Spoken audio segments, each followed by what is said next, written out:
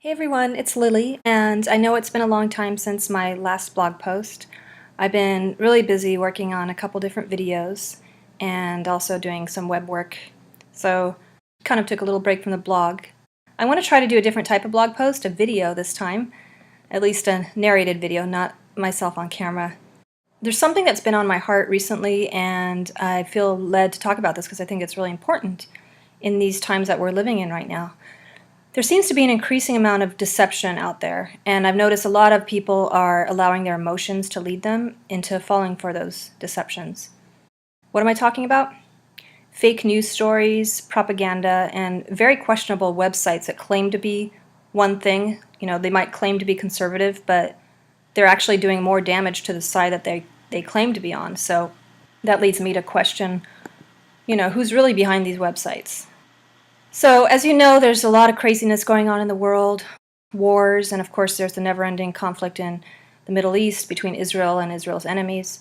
And I've noticed lately a lot of very sensationalistic and horrific news stories on the internet. All the ISIS stuff and then just things having to do with the Middle East that are getting shared on Facebook and passed along on Facebook and other social media sites. All of us have done this at one time or another, but sometimes we don't check stories out. We just we get angry or we get upset at something that we see in the news, and we immediately want to share it before really looking into it. So here are a couple examples of some fake news stories that, interestingly, even when they're proven to be fake, even when people have shown them to be fake, they're still not taken down from the websites that they're on. So that's strange to me. So, okay, here's one example that's been making the rounds on Facebook. Gaza corpses caught moving when they forget cameras are on them. I have no doubt that Hamas and groups like that have actually done stuff like this before.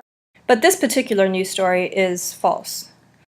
This is actually footage from, reportedly, a protest that took place at a university in Egypt in 2013 that had nothing to do with the situation in Israel and Gaza.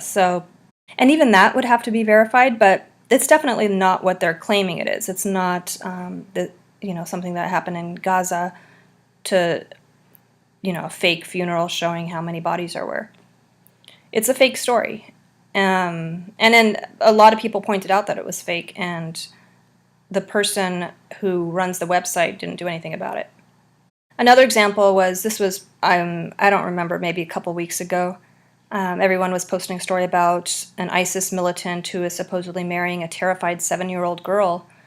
And then there was a picture going around on Facebook of this young girl who was crying. Reportedly, child marriages do take place, but that's not the topic of this video. The point is that this story is also false. So this story actually turned out to be some sort of competition for kids to recite the Quran, and the little girl made a mistake, and allegedly that was why she was crying. So that was fake too.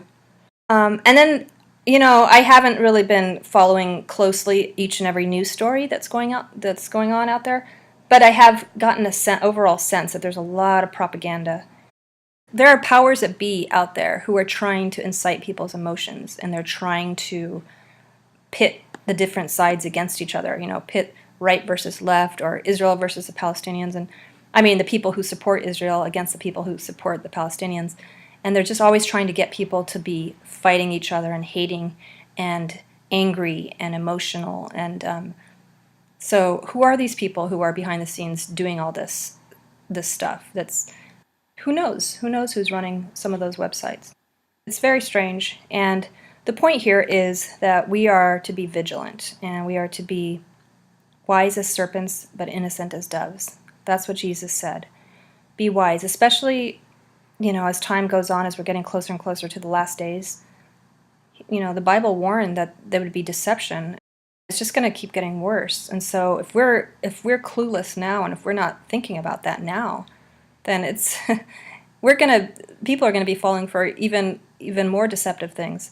So I just want to remind everyone to be wise and to be vigilant and to check things out.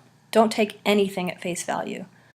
You have to triple check, you know, don't just check it once or twice, triple check everything and verify everything. Again, just be wise. So that's it for this blog post, this video post, and I hope everyone's doing great, and I will talk to you all later. Thanks. God bless.